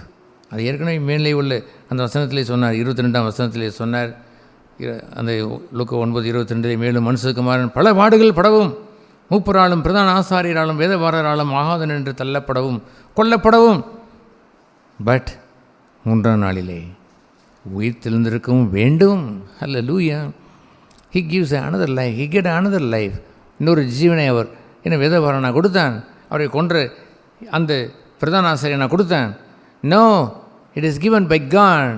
தேவனால் கொடுக்கப்பட்ட ஜீவனை அவன் அடைகிறான், பரத்தின் ஜீவனை அடைகிறான். எந்த நன்மையான ஈவும் ஜோதியின் பிதாவிடத்திலிருந்து இறங்கி வருகிறது. பொறுமை ஜோதியின் பிதாவிடத்திலிருந்து இறங்கி வர வேண்டும். சாந்த குணம் ஜோதியின் பிதாவிடத்திலிருந்து இறங்கி வர வேண்டும். இச்சையடக்கம் ஜோதியின் பிதாவிடத்திலிருந்து அவனை இறங்கி வர வேண்டும். That is a life. வானத்திலிருந்து இறங்கி வந்த அப்பம், அதை நான் உங்களுக்கு புசிக்க கொடுக்கிறேன் என்று கொடுப்பதானேயா இந்த மேஜினுடைய ரகசியம். நீங்கள் சொந்த ஜீவனை இழந்து சொந்த ஜீவனை வாங்கி கொண்டு போவா அவர் சொன்னார். 100 பெறுவீர் என்று சொல்வது பரிபூர்ண ஜீவன். மனுஷனுடைய ஜீவன் செல்லா காசு போல், ஒரு பிரயோஜனத்துக்கு அற்றதை போல் கேவலமான அந்த வாழ்க்கையை இழக்க வேண்டாமா? அன்றன்றைக்கு அவன் இழந்து போக வேண்டாமா? அந்த வாழ்க்கையை வைத்து கொண்டா கொஞ்சி கொலாவை வாழ்வது, தன்னுடைய சுயத்தை பத்திரமாய் வைத்து வாழுகின்ற மக்கள், அதுபோன்ற மக்களை காண்பது எவ்வளோ துயரம். தொட்டுவிட முடியாது ஐயா, அவர் தொட்டுவிட இயலாது. ஒரு புத்தி சொல்ல முடியுமா? முடியாது. ஏதாவது பேசிவிட முடியுமா? முடியாது. ஒரு அஞ்ஞானிடத்தில் பேசும்போது எத்தனை சாரி நான் போடுகிறேன், சாரி சார், என்ன பரவாயில்ல இன்னும் சாரி, என்ன ஏன் சொல்லுகிறேன்? சுயம் கொளுத்து இருக்கிறான், அவனுக்கு என்ன வேணும்னாலும் ஆகிவிடும், வெடித்து விடுவான், ஆத்திரமடைந்து விடுவான், திடீர்னு வெடித்து என்ன சொன்னீர்கள்? சாரி சார், நான் அப்படி சொல்லலை சார் என்று சொல்ல வேண்டியிருக்கிறது. அது ஏனென்றால் அவன் சுயம் கொளுத்து போய் அவன் வாழுகிறான். சுயத்தை தொட யாரும் விடமாட்டான். நாமோ தன்னைத்தானே வெறுத்து என்று சொல்லுகின்ற அந்த யுத்தத்தை தொடங்கி இருக்கிறோம். அறிவு இந்த வார், இந்த யுத்தத்தில் இருக்கிறீர்களா? த வார் ஆஃப் த கிராஸ், சிலுவையுடைய யுத்தத்தில் இருந்து காலி பண்ணியிருக்கிறீர்களா? ஒரு சுயத்தை நீங்கள் வென்று பரத்தின் ஜீவனை பெற்றிருக்கிறீர்களா? நான் அவர்களுக்கு ஜீவன் உண்டாயிருக்கவும் அந்த ஜீவன் பரிபூர்ணப்பட வந்தேன் என்று சொன்னால், டுடே இன்று வெறுத்து அவனுக்கு ஜீவன் தந்தேன், டுமாரோ எஸ் மோர் தேன் அதிகமாக கொடுப்பேன், டே ஆஃப்டர் டுமாரோ இன்னும் கொடுப்பேன், எதுவரையும் கொடுப்பேன், அந்த ஜீவன் பரிபூர்ணம் அடைவும் வரைக்கும் கொடுத்து கொண்டே இருப்பேன். பொறுமையானது பூரண கிரியை செய்ய கடவுள். அந்த பொறுமை பூரணமாய நீங்கள் அடையும் வரைக்கும் என்னவென்று அங்கே யாக்கோபு 1ஆம் அதிகாரத்தில் அவர் சொல்லுவார், நீங்கள் ஒன்றிலும் குறைவிடாதபடிக்கு அந்த பொறுமையை பெற்றுக்கொள்ள வேண்டும், முழு பொறுமையும் பெற்றுக்கொள்ள வேண்டும். அல்லேலூயா. அப்படி அல்லவா நாம் பெற்றிருந்திருக்க வேண்டும். நாளுக்கு நாள் ஜீவன் உண்டாயிருக்க வேண்டும். கிறிஸ்துவனுடைய மரணம் எங்களுக்கு சம்பவித்தபடினால் அவருடைய ஜீவன் எங்களுக்கு வெளிப்பட்டது. உங்கள் ஜீவன் அல்ல ஐயா. உங்கள் சொந்த ஜீவனை வைத்து யார் வாழ முடியும்? கேவலமான ஜீவனை இழக்க வேண்டிய நேரமல்லவா அந்த வார், அந்த யுத்தம். வெளியே வா யுத்தம், களமெல்லாம் வெளியே யுத்தம் செய்து கிறிஸ்தவ வாழ்க்கை வீணாக்கி போட்டு சகோதரர்களையும் சகோதரிகளையும் பார்க்கும்பொழுது எவ்வளோ துயரமாக இருக்கிறது. சபையிலே வாழ்கிறார்கள், சபையிலே இருக்கிறார்கள், சபையிலே பல வருடங்களாக இருந்து சில மூப்பொருளாய் கூட இருந்து கூட இந்த யுத்தத்தை செய்து கொண்டு போகிறார்கள் என்று பார்க்கும் பொழுது, வாட் இஸ் திஸ்? இது என்ன காரியம்? உனக்கு என்னப்பா என்று ஆண்டவர் கேட்டார். உனக்கு என்ன? உன்னுடைய காரியம், உன்னுடைய யுத்தம் உன்னோடு இருக்கட்டும். அதர்ஸ் டூ தேன். எது வேணாலும் மற்றவர்கள் செய்துவிட்டு போகட்டும். கொஞ்சம் அதிர்ச்சியாக இருக்குது ஆண்டவரே, இவர்களும் இப்படி செய்வார்களா என்று ஒரு அதிர்ச்சி. லெட் இட் கோ, போகட்டும். அவன் அப்படி இருந்தாலும் உனக்கு என்னப்பா? ஆண்டவர் கேட்கவில்லையா யூதாஸ் காரியத்தை? பேதுரு கேட்பான், என்னை குறித்து சொன்னேன், இவனை குறித்து என்ன? அவனை குறித்து உனக்கு என்ன? விட்டுவிடப்பா. நான் உயிரோடு இருக்க வரைக்கும், நான் வரும் வரைக்கும் உயிரோடு இருந்தால் கூட உனக்கு என்ன, விட்டுவிடு என்று சொன்னேன். சத்தியம் என்று பேசியும் பொருள முடியுமா? ஏஸ்.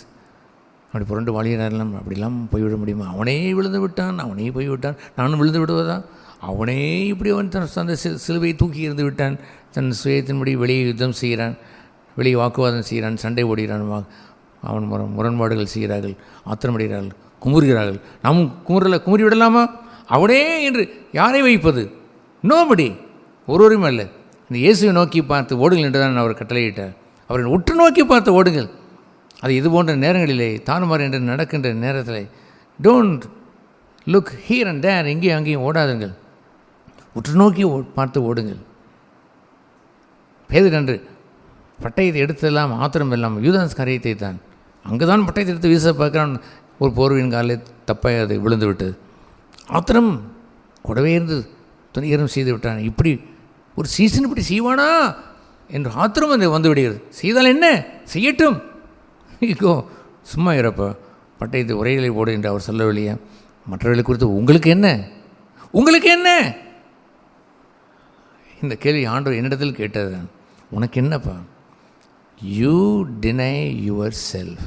உன் சுயத்தை வெறுத்து வாழு. That's enough. ஏசு எப்படி வெறுத்தார்? கமான், எங்கே போக வேண்டும்? கிராஸ், சிலுவைக்கு வரும். Yes, that is my cross. என் பிதா எனக்கு கொஞ்சம் முதியன்னு சொன்னார், அது என்னுடைய சிலுவை. I will take my cross. என் சிலுவை நான் வருகிறேன் என்று அவர் போகவில்லையா? வீறு கொண்டு போக வேண்டும். நல்ல போர் செய்வனாய் தீங்கு அனுபவிப்பதற்கு போக வேண்டும். பயந்த கோழையான போர் செய்வனுக்கு நல்ல போர் செய்வன் என்று பெயரல்ல. துன்ப நேரத்திலே காட்டிக் கொடுக்கப்பட்ட அந்த நேரத்திலே தன் சுயத்தை வெறுத்து சிலுவை எடுக்கக்கூடிய வீரன் திடன் கொண்டு போவான், ஸ்தோத்திரம் பாடி போவான். நல்ல போர் செய்வனாய் அவன் சிலுவையை சுமப்பான். அவனை கொஞ்சம் உற்று பார்த்தால் ரத்தம் வேணாலும் வழியெல்லாம், சோறு இல்லாத இருந்திருக்கக்கூடாது. ட்ரெஸ்ஸை பிடிங்கி எடுத்து என்ன வேணாலும் செய்திருக்கலாம். அவனுடைய முகத்தில் முறுமுறுப்பு காணக்கூடாது. ரத்தம் அழிந்து அவன் தலையிலே அவர் முள்முடி சூட்டப்பட்டிருக்கலாம். மகிழ்ச்சி அங்கே அகன்று போயிருந்து இருக்கக்கூடாது. அல்லேலூயா. தெய்வ பலனை அவன் பெற்றிருந்தார். இந்த தெய்வ பலனால் நாங்கள் ஜெயம் பெற்றோம், அத்தனையும் ஜெயித்து விட்டோம். தெய்வ பலனை பெரிய இடம்தான் சிலுவையின் உபதேசம்.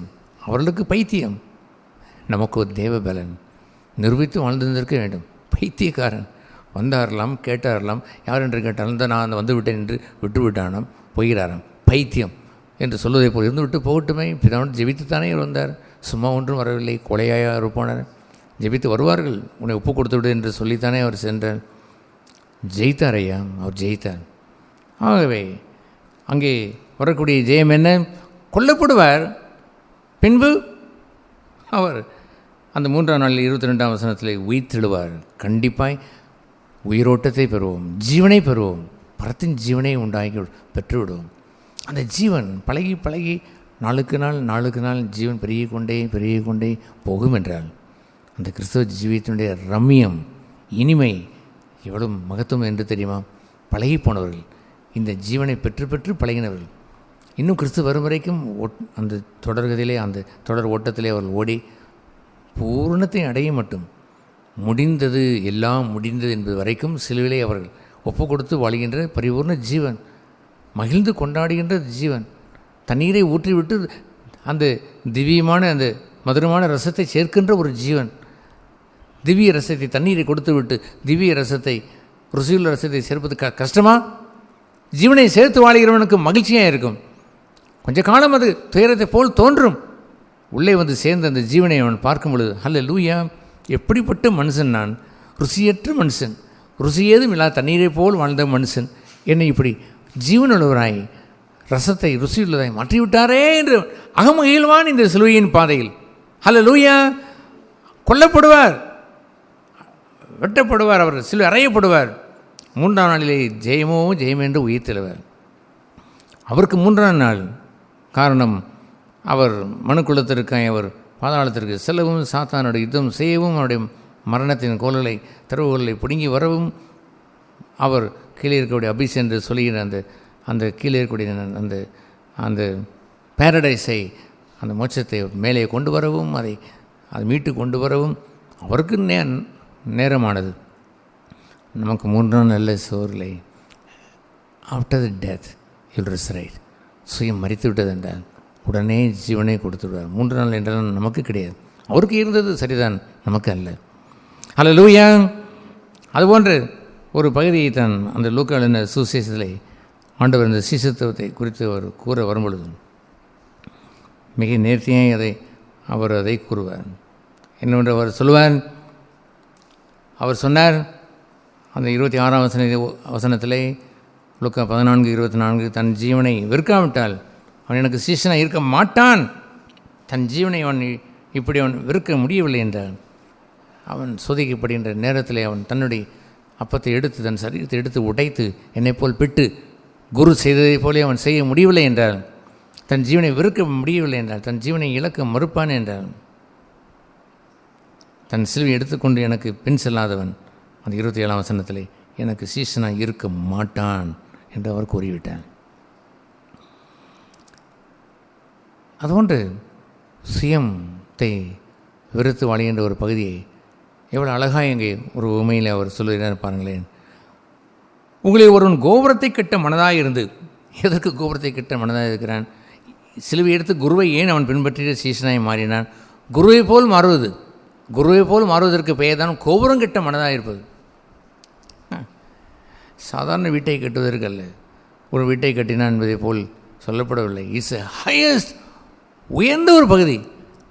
அந்த நாட்களில் பாபேல் கோபுரத்தை கட்ட எல்லா மக்களும் சேர்ந்து வந்தும் கட்ட முடியவில்லை என்று எழுதியிருக்கிறது.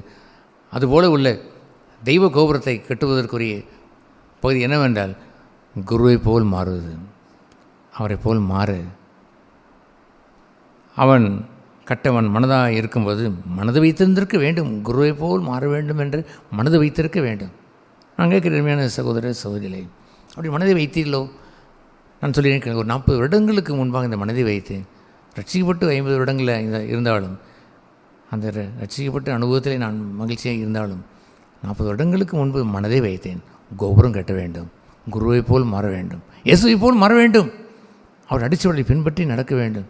என்ன தினசரி சில எடுத்து வர வேண்டுமா? Daily? Yes, I will do that. தினசரி நான் எடுப்பேன். தன்னைத்தானே ஒவ்வொரு நாளும் இருக்க வேண்டும். எஸ். நாளை குறித்து கவலைப்பட வேண்டாம். இன்றைக்கு எடுக்க வேண்டும். இன்றைக்கே சுயத்தை காலி பண்ணி இல்லாமல் இன்றைக்கு உள்ள சுயத்தை இன்றைக்கு கொண்டுவிட முடியும். ஹல்லேலூயா. இந்த கோபுரத்தை கட்ட மனதாக இருக்கிறவன் அவன் என்ன என்று எழுதியிருக்கிறது? அவன் கட்ட அஸ்திவாரம் போட்ட பின்பு அவன் அதை கட்ட பார்க்கிறான்.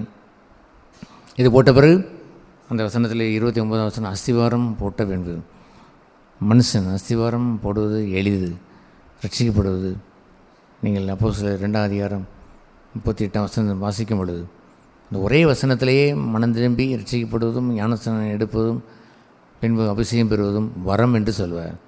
நீங்கள் மனம் திரும்பி நீங்கள் இயேசு நாமத்தினாலே நீங்கள் ஞானஸ்நானம் எடுத்தால் பரிசுத்தாவின் வரத்தை பெறுவீர் என்று மொத்தத்திற்கும் சேர்த்து வரம் என்று இருக்கிறது. அஸ்திவாரம் எளிதையா? கிறிஸ்தவ வாழ்க்கை அத்தனையும் வரம், ஃப்ரீ கிஃப்ட். நீங்கள் ரட்சிக்கப்படுவது தேவனுடைய வரம், உங்களால் உண்டானதில்லை, தேவனால் கொடுக்கப்பட்ட ஈவு. அத்தனை ஈவு ஐயா. ஞானஸ்நானம் ஈவு தான். அதற்கு என்ன கிரயம் இருக்குது? ஒரு கிரயம் அல்ல. பரிசுத்தன அபிஷேகத்தை பெறுவதற்கும் கிரயம் அல்ல. எதை கொடுத்து நீங்கள் பரிசுத்தன அபிஷேகத்தை வாங்க முடியும்? காசு கொடுத்து வாங்க ஒரு மந்திரவாதி முயற்சித்தான், அவனை ஆண்டவர் தண்டித்து விட்டார். ஈவைப்பா, கத்தர் கொடுக்குற ஈவை கத்தர் விரும்பி கொடுக்க வேண்டும் என்று அவன் சென்று வாங்கி வந்திருக்க வேண்டும். அதெல்லாம் ஈவு தான். அஸ்திவாரம் போட்ட பின்பு கோபுரத்தை கட்ட வேண்டும் என்று ஒரு மனது இருக்கிறதே, அதை பெற்றிருந்திருக்க வேண்டும். எந்த கிறிஸ்தவன் வைத்து வாழ்கிறான்? எத்தனை பேர் அந்த அஸ்திவாரத்தை போட்டத்தோடு உட்கார்ந்து கொண்டார்கள்? போதும் போதும். ஒருவர் சொன்னார், என்னப்பா இப்படிலாம் வாழ்க்கையெல்லாம் வாழ வேண்டும் அவசியம் இல்லை, எனக்கு பரலோகத்தில் ஒரு மூளை கிடைத்தால் போதும், ஒரு ஓரம் கிடைத்தால் போதும். இதுவா கிறிஸ்தவம்? அஸ்திவாரம் போட்ட பிறகு அப்படி ஒன்று உட்கார்ந்து விட்டால் என்ன நடக்கும் என்று தெரிகிறதா? அவனை பார்த்து பரியாசம் பண்ணுவார் என்று எழுதியிருக்கிறது. அவனை பார்த்து மக்கள் கைகொட்டி சிரிப்பார்கள். அவனுடைய வாழ்க்கையிலே there is no structure there. அவன் கட்டவில்லையா? கட்டாதபடினால் நம்மளைப் போல ஒரு மனுஷன்தான் இவன். நம்மளைப் போல அடித்தால் கோவப்படுவான், இவனை உதைத்தால் திருப்பி உதைப்பான், துப்பினால் மறுபடியும் வந்து துப்புவான், பகைத்தால் மீண்டும் அவன் பகைப்பான், கையொட்டி சிரிப்பான். கோபுரத்தை கட்ட போகிறான். கோபுரம் இந்த மனுஷனை பார், அஸ்திவாரத்தை போட்டு உட்கார்ந்து விட்டான் என்று சிரிக்கிற கிறிஸ்தவத்தை தான் என்று வைத்திருக்கிறார்கள் மனுஷர்கள். போதும் போதும், இதெல்லாம் வேண்டாம், ஒரு ஓரம் கிடைத்தாலும் போதும், பரலோகம் போயிடலாம் என்று சொல்லி பரியாசத்துக்குரிய கிறிஸ்தவத்தை வைத்திருக்கிறார்களே. சிலுவையை புறக்கணித்து விட்டார்களே. சிலுவையின் வாழ்க்கை இல்லாதபடினால் அவன் கிறிஸ்தவனாய் இல்லையே. குருவை பின்பற்றிட்ட மனுஷனாய் அவன் வாழவில்லையே. இதுவா கிறிஸ்தவம்? இதற்காக இயேசு நமக்கு 33 ஆண்டுகள் வாழ்ந்தார். வெறும் கொல்கத்தா சிலுவையை அவர் மறித்து உங்களுடைய பாவங்களுக்காக மறிக்க வேண்டும் என்றால் அந்த சில மணி நேரங்களை மறித்து விட்டு போயிருந்திருக்கலாமே. ஏன் 33 ஆண்டு காலம் தினசரி அவர் சிலுவை எடுத்து, என்னை போலவே நீங்களும் தினசரி சிலுவை எடுத்து வர வேண்டும் என்று அவர் சொன்னார். பரியாசம் பண்ணுகின்ற கிறிஸ்தவத்தை எல்லோரும் வாழ்கிறார்கள். சில தலைவர்கள் கூட வாழ்ந்து விட்டு போகிறார்கள். பார்த்து விட்டு இவ்வளவு தானா, இவர்களும் இப்படித்தான் சண்டை போட்டுக் கொள்கிறார்களா, இப்படித்தானே பிரிவினை இவர்கள் செய்வார்களா, போட்டியை வைத்துக் கொள்வார்களா, இப்படித்தானே இவர்கள் சண்டை போடுகிற மக்களாக இருப்பார்களா என்று அவர்கள் உலகத்தானே போலவே வாழ்கிறார்கள் என்று சொல்லி பரியாசத்தை வைத்து, பரவாயில்லை எங்களுக்கு ஒன்று அதை போட்டு கவலையில் என்று சொல்லி வாழ்வதா? கிறிஸ்துவின் நாமத்திற்கு தூசணம் உண்டாக்குகின்ற ஒரு ஜனத்தை வைத்திருக்கிறார்கள். முதல் ஜெபமே பரமண்டலுக்கு பிதாவை உடைய நாமம் மகிமைப்பட வேண்டும் என்பதை தூக்கி எறிந்து விட்டார்களே. உன் நாமம் எங்கே காற்றிலே பறந்தால் என்ன, எவன் என்ன பேசினால் என்ன என்று வைத்துவிட்டு போகலாமா? பரியாச கிறிஸ்தவர்களைத்தான் அநேகர் வாழ்கிறார்கள். மற்ற தெருவில் இருக்கக்கூடிய, உங்களுடைய ஃப்ளாட்டில் இருக்கக்கூடிய, உங்களுடைய சந்தில் இருக்கக்கூடிய எல்லோரையும் போலவே நீங்களே இருக்கிறீர்கள். உங்கள் மத்தியில் ஒரு கிறிஸ்தவன் இருக்கிற அந்த பையனா என்று சிரிக்கிறார்கள். அவனும் என்னை போல் தான் என்று சொல்கிறார்கள். ஒரு சொன்னார், சார் நாங்கள் செய்யலாம் சார், நீங்கள் செய்யலாமா என்று ஒரு கிறிஸ்தவனை பார்த்து கேட்டார். சார் நாங்கள் தான் செய்யலாம், நீங்கள் ஏன் சார் செய்கிறீர்கள் என்று ஒரு கிறிஸ்தவனை பார்த்து கேட்கிறான், எதிர்பார்க்கிறான். கிறிஸ்தவனாய் வாழ்வது என்பது வேறு என்று எதிர்பார்க்கிறான். அவனோ தோற்று போய் நிற்கிறான், பரியாசத்துக்குரியவனாய் நின்று விட்டு போய்விடுகிறான். திராணி இல்லாமல் அவன் போய்விட்டான் என்று இருக்கிறது. திராணி இல்லாமல் அவன் போனான். இன்னொரு இடத்துல அவர் கீழே அவர் சொல்ல வரும்பொழுது, இவன் செல்லுஞ்செலவை கணக்கு பார்த்திருக்க வேண்டாமா? அன்றி ஒரு ராஜா மற்றொரு ராஜாவோட யுத்தம் பண்ண வருகிறான். அவன் தன்மையில் 20,000 சேவகரோடே வருகிற அவனை தன்னுடைய 10,000 சேவகரை கொண்டு எதிர்க்கக்கூடுமோ கூடாதென என்று முன்பு உட்கார்ந்து ஆலோசனை பண்ணாமல் இருப்பானோ? கூடாது என்று கண்டால் அங்கே திராணி இல்லாமல் போனான், இங்கே கூடாது என்று கண்டால். அல்லேலூயா. இது என்னால் முடியாதென்று கண்டிருந்திருக்க வேண்டும். இது என்னால் செய்துவிட இயலாது. ஆகவே என்ன செய்ய வேண்டும்? அவர் சொன்னார். ஆகவே 20,000 பேரோடு வருகிறான். அந்த சுயம் கொண்டவன், சுயத்தில் கொளுத்தவன், இந்த உலகத்திலே வாழ்கிறவன் 20,000 பேர் கொண்டவனாய்த்தான் வருவான். That's right. அங்கே போர் வீரர்களோடும் பிரதான ஆசாரியர்களோடும் இந்த காட்டி கொடுக்குறவனையும் சேர்த்து வைத்து கொண்டு பெரிய தொகையை போல் வருவதை போல் வருவான். அதுபோன்ற நிலையிலே நீங்களாக கூடாது. நீங்கள் சண்டை போட்டால் உலகத்தானையோடு மோசமாய் தோல்வி அடைந்து போவீர்கள். ஆகவே இது எங்களால் கூடாத ஆண்டவரே என்று கண்டு அவன் 20,000 சுயம் குடையுது. இது எங்களால் எதிர்த்து நாங்கள் பார்த்துருக்கிறோம், முடியவே இல்லை. எங்களுக்கு 10,000 தான் இருக்கிறார்கள். கணக்குப்படி என்று அல்ல. அவன் 1,00,000 இருந்தால் உங்களிடத்தில் 50,000 இருக்கிறார்கள். அவன் 10 பேராக இருந்தால் உங்களிடத்தில் 2 பேர் இருக்கிறதே போல்தான். எப்பொழுதுமே தோற்றுத்தான் போவீர்கள். எங்களால் கூடாது. சுயத்தை வைத்து ஜெயிக்க இயலாது. ஆகவே சரண்டர் ஆகிவிடுங்கள். அவனிடத்தில் போய் சரண்டர் ஆகிவிடு என்றால் சுயத்திற்கு போய் மடிந்து, ஐயா சுயம் பெற்றவனே உனக்கு சரண்டர் என்று சொல்வதற்கு அல்ல. அந்த சரண்டர் அல்ல, தன் ஜீவனை இழக்கிற சரண்டர் பிஃபோர் காட். தேவனுக்கு முன்பாக என் சொந்த ஜீவனை வைத்து போராட இயல, ஐ சரண்டர் என்று சமாதானத்திற்கு போய்விட வேண்டும். அவன் வருகிறான், துப்பாக்கியோடு வரும்போது கையை உயர்த்திவிடான், துப்பாக்கி கீழே ஓட்டு விடுகிறான், சரண்டர் ஆகிவிட்டான். I surrender before God, all surrender before God. தேவனுக்கு முன்பாக முழு சரண்டராய் மாறிவிடுங்கள். இது கற்றுக் கொடுத்தது இயேசு ஐயா. இது அவர் வாழ்ந்தார். சரண்டர் ஆகுங்கள் என்று சொல்லுகிற குருவை பாருங்கள். 20,000 வருகிறான், உங்களுக்கு விரோதமாக வருகிறவன், உங்களுக்கு பகையை கொண்டு வந்து யுத்தம் செய்ய வருகிறவன் 20,000 கொண்டு வந்தான் வருகிறான். உங்களுக்கு என்னவென்று சொல்லட்டுமா? 10,000 பேர் தான் உன்னிடத்தில் இருக்கிறார்கள். உங்களால் இது கூடாது, உங்களுக்கு இது திராணி இல்லை, இது நீங்கள் சண்டை போட்டால் தோற்று போவீர்கள். சீசனே, என்னுடைய சீசனாக இருக்க வேண்டிய நீங்கள் என்ன செய்ய வேண்டும் என்று தெரியுமா? All surrender. அந்த மனுஷனுடைய சுயத்திற்கு முன்பாக சரண்டர் இல்லை. நோ, பிடிக்க வந்தவன் பிடித்து கொண்டு போகிறான், தட்ஸ் ஓகே, அது வெளியே உள்ளது, அது சரண்டர் அல்ல.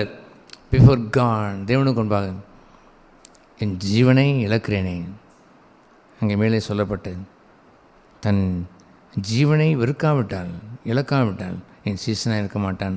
அந்த 26ஆம் வசனம், சரண்டர் மை லைஃப், என் சுயத்தை நான் வெறுத்து விட்டு விடுகிறேன் என்று கத்திடத்திலே ஒப்பு கொடுத்திருக்க வேண்டும். அவன் சரண்டர் ஆகிவிட்டால் சீசனாக இருந்திருப்பான். சீசனாக இருந்தபடினால் உப்பு நல்லது தான் என்று உப்பு உள்ளவனாக மாறியிருப்பான். சாரம் உள்ளவனாக இருந்திருப்பான். சாரமற்று போய்விடலாமா? எல்லோரையும் போலவே மனுஷனால் மிதிக்கப்படுவதற்கு போகலாமா? அவன் கொண்டு போய் மனுஷனால் மிதிக்கப்படுவதற்கு, எல்லோரையும் போலவே மனுஷனால் மிதிக்கப்படுவதா? மனுஷனை வாழ்கிறான், நீங்களும் மனுஷனை வாழ்ந்து மிதிக்கப்படுவதா? உப்பின் சாரத்தை பெற வேண்டாமா? எது அந்த உப்பின் சாரம்? ஹல்லேலூயா, த லைஃப் ஆஃப் காட். தேவனுடைய ஜீவனை அவன் பெற்றுவிடுகிறான். ஆகவே திஸ் சரண்டர் லைஃப், அந்த ஒப்பு கொடுக்கிற வாழ்க்கை, ஆல் சரண்டர், ஆல் சரண்டர். என்னால் முடியாது, திராணியற்றவன், இந்த சுயத்தை நான் சூழ்நிலையை சகிப்பதற்கு எனக்கு திராணி இல்லை, பாலிய மோகத்தை நான் என்ன செய்வது? Let me surrender to the cross. சிலுவைக்கு ஒப்பு கொடுக்கிறேன். என்னை பாலியச்சை நான் கொல்லப்படுவதற்கு ஒப்பு கொடுக்கிறேன், அறையப்படட்டும் என்று ஒப்பு கொடுத்து மறிக்கின்ற வாழ்க்கை, ஜீவனை இழக்கின்ற வாழ்க்கை, அங்குதான் சாரம் ஏற்றப்படுகின்ற வாழ்க்கை. அஸ்திவாரமே போடாமலும் இருக்கிறார்கள், வேதனை தான். அஸ்திவாரம் போட்டோம் என்று சொல்லிக்கொண்டு மெஞ்சைக்கு வருகிறேன். நீங்கள் சாரமுள்ள கிறிஸ்தவர்கள் தானா? சாரம் கொண்டு வாழ்கிறீர்களா?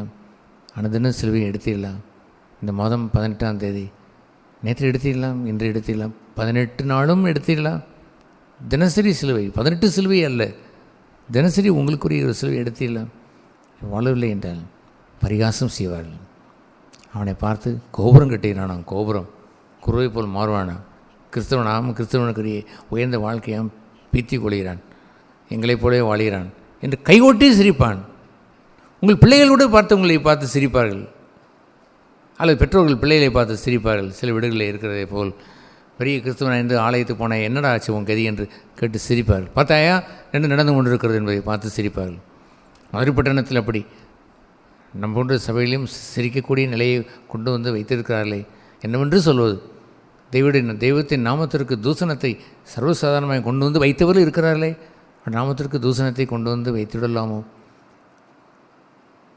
ஆல் சரண்டர், ஜீவனை இழந்து பரத்தின் ஜீவனை பெற்று வாழ்கின்ற சாரமுள்ள கிறிஸ்தவர்களாய் மனம் திரும்பியாவது நாம் வாழ வேண்டும்.